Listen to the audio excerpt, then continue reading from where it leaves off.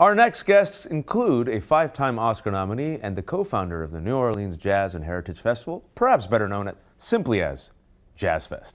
Please welcome Frank Marshall and Quint Davis to the South by Southwest studio. Gents, Thank you. How does it feel to be here at the festival live with people? It feels fantastic. I mean, you don't like the Zoom? I think we need more Zoom. I think we need more Zoom festivals. Done with Zoom, done with masks. Done. Oh, you're done. You're finished. Yeah, You're like, I'm finished. done. Actually, I don't know how it feels yet. Oh, it's The last festival, the 50th anniversary, was 2019. Okay. So if the next one's 2022, that's 3 years between.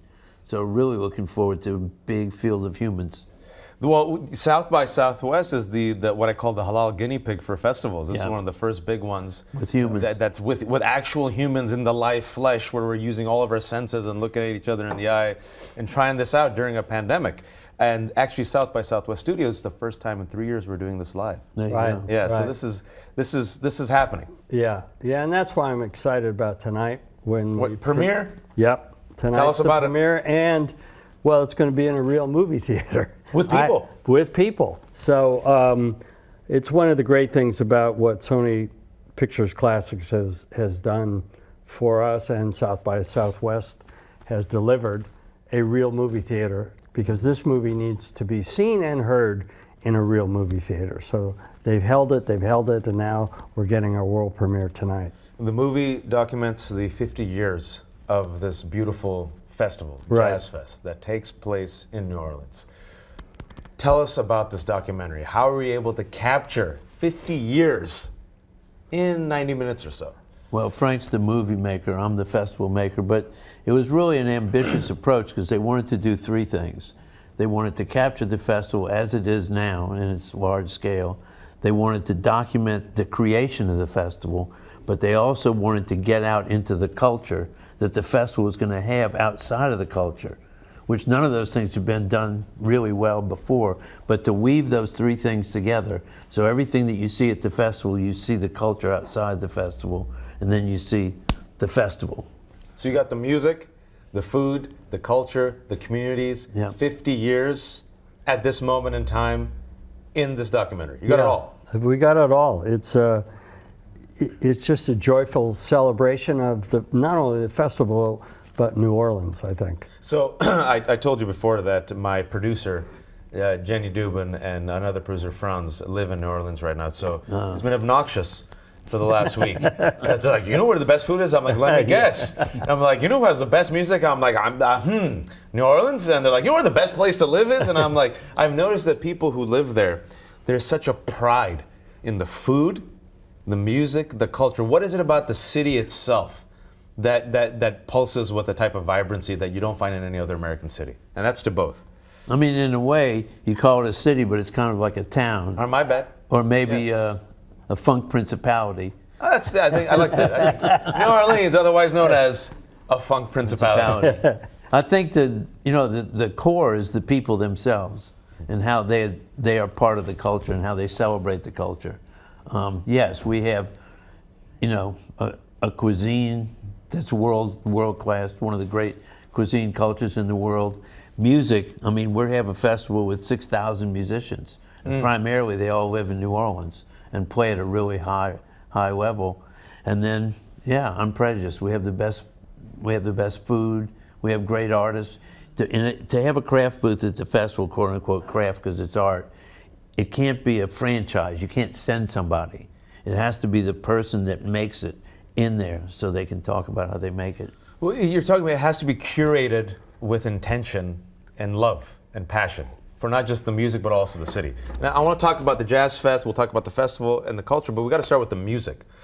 Jazz, Frank. What is it about jazz, that art form in particular, that makes it so rich and worthy of celebration? Well, first off, it was invented there in New Orleans. It's our heritage. And I think what's wonderful about jazz is it goes to the soul. It's an improvisation where people take things and then they make them their own. And it's actually the basis for the festival, but there's all kinds of different music at the festival. It's not just jazz. So it sort of was the foundation, and stepping stone to these other different varieties of music. So that's what I really love about being in New Orleans. It's the passion that everybody has there for all those things, the music, the food, the culture. And people, I could sit here and talk to you for 30 minutes on another interview about all the movies you've made, right? These indie movies, Indiana Jones. Yeah.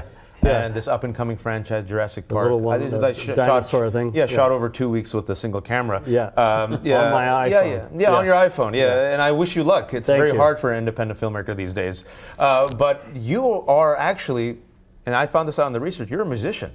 Your father was a musician. Like, Yeah. that's in your bones. Yeah, my dad was a guitar player, jazz guitar player, so I grew up around jazz. So jazz just been in my bones since I was born. And so that's why it was such a natural, relationship and combination and friendship that Quint and I first had when we first met. And we were introduced by Jimmy Buffett. Oh, yeah, another up-and-coming artist, Jimmy yes, Buffett. he's struggling. Struggling right now with singer-songwriter. Yeah, it's just forced to drink margaritas. Yeah, exactly. And it's that connection of music, I think, that we all share. It's the so connection. special. It's the connection of music, but then it's centered around this festival, and specifically with Jazz Fest. The impact a festival has on a city is profound. I mean, we're living in South by Southwest. I remember 3 years ago, I was supposed to host South by Southwest Studio. Jenny called me, and my wife, who's a doctor, says, everything's gonna get canceled. I'm like, nah. She called it early. She goes, everything's gonna get canceled. So I remember the phone call where I had to call Jenny. I said, I can't come. My wife says she'll divorce me if I come. And then 2 days later, South by gets canceled. And the impact on that city, and on Austin, on the people, the economy, the communities, was just like devastating. If you ask anyone, where were you when you found out South by Southwest got canceled, you'll have a story. Yeah. And so the Jazz Festival, right, the festival itself, how important is the festival to that community in New Orleans? Well, it started out as like a celebration of the culture, but now it is the culture. It's a part of the culture like Mardi Gras is for everyone. The first year it was canceled, it was like, a sword to the heart. And everybody realized how much it meant to them. And it seemed like, well, we'll get canceled once and then we'll come back. But we haven't come back. Twice. Yeah, we haven't come back yet. So it's really in people's hearts and souls. I think this year the biggest attraction is going to be the festival itself. People want to have that feeling. They want to be back there at the festival. I mean, the talent is there for sure, but they want to relive it and, recharge their batteries, really. You talk about recharge. A festival and music especially can renovate a spirit, but can also renovate a community. Can you talk to us about how Jazz Fest really helped that community, especially after, New Orleans has suffered from several hurricanes, but specifically after Katrina? Well, it's unique in that the festival is a daylight festival. So it goes from 11 in the morning till 7 at night. So what happens in New Orleans at nighttime, it's kind of like a funk Olympics, in a small town. I love you. You, small sir, should go into Tyrolean marketing. town. So you have this huge nighttime scene. I mean, if we went till 12 or 1 or 2 in the morning, it wouldn't happen. It wouldn't be the festival because we're a microcosm of the city. So we have 90 restaurants. The festival has 200 restaurants. We have 14 stages. The city has 30 music clubs. So after you walk out of the festival, you have this whole nighttime happening with the local restaurants and all the clubs that go until 3 in the morning. So it's a huge piece. Yeah, the economic impact is above $300 million. So they talk about, the economic impact of a Super Bowl, which is maybe 500 million. But we get the Super Bowl once every 12 years. We get the festival every year.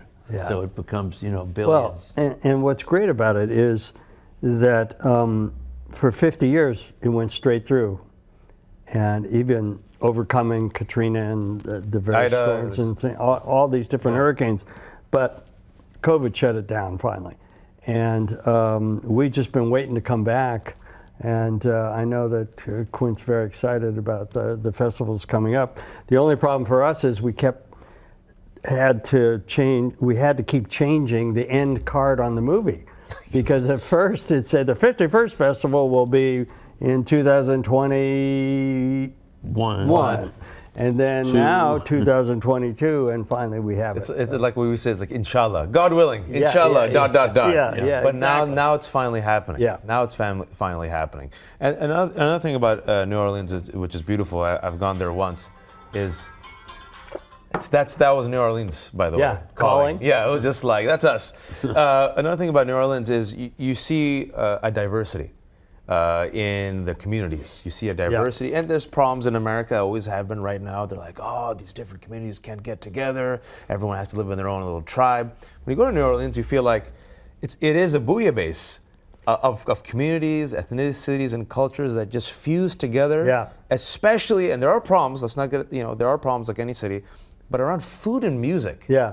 there seems to be this beautiful marriage. I'd call it a gumbo, wouldn't you? Ah, it's gumbo. That's a great thought, because the culture's woven together and the people are woven together. So, they share in Mardi Gras, they share in Jazz Fest, but they share in their lives, in their food, in their music. And yeah, I think it's really homogenized more than other cities.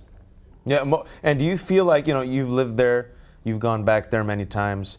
Do you feel, when you see it now in the 21st century, the 50 years onward, right, with the Jazz Fest, do you feel like, is the Jazz Fest, it's a loaded question, but is the Jazz Fest, the existence of Jazz Fest, what the Jazz Fest has overcome, the synthesis of cultures, does that give you hope, in a way, as a microcosm for America?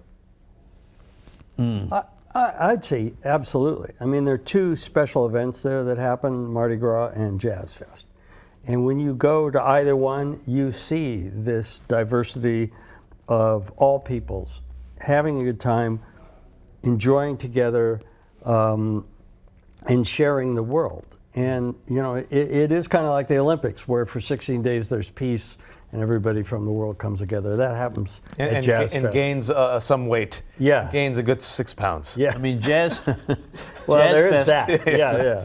Jazz Fest is what the world should be. Yeah. Because it's not one demographic that goes. You have the gospel tent, and people from the community who are in gospel are in that tent. So we have a Latin act, and we have the Latin community. We have a huge African American community that comes out, like 15,000 people for Frankie Beverly. So it's not just people coming to a festival that are a certain age or something like that. It's like the city itself, where everybody is there, and they're all, there was a theory at first, this will never work, because people are just going to go to what they are. And then we had the thing, well, everybody eats, everybody dances. So if people could see what each other eat and what each other dances to, it'll work. And like I say, it's what America should be. And can you look at the camera right now and tell people where they can see Jazz Fest tonight at South by? Tonight they can see it at the Paramount Theater downtown at 8 o'clock. Jazz Fest, a New Orleans story. And finally, I don't have any time. They're telling me to go, but Indiana Jones 5, tell me it's good. Tell me it's good. It's good. All right, Frank Marshall said it. Frank, Quint, It's good. thank you both for stopping by. Good luck on the documentary. Good luck on the Jazz Fest. Jazz Fest, a New Orleans story, premieres tonight, again at 8 p.m. at the Paramount Theater, and will be available for South by badge holders to screen online for 48 hours beginning tomorrow, March 17th at 9 a.m. Don't forget, you can watch all of our studio interviews on our South by Southwest TV apps, available on Apple TV, Roku, Android TV, and Amazon Fire. These interviews are also available on our YouTube channel at youtube.com/SXSW. And for a complete list of our interview schedule, check out sxsw.com/studio. I'm Majhat Ali, and thank you for tuning in.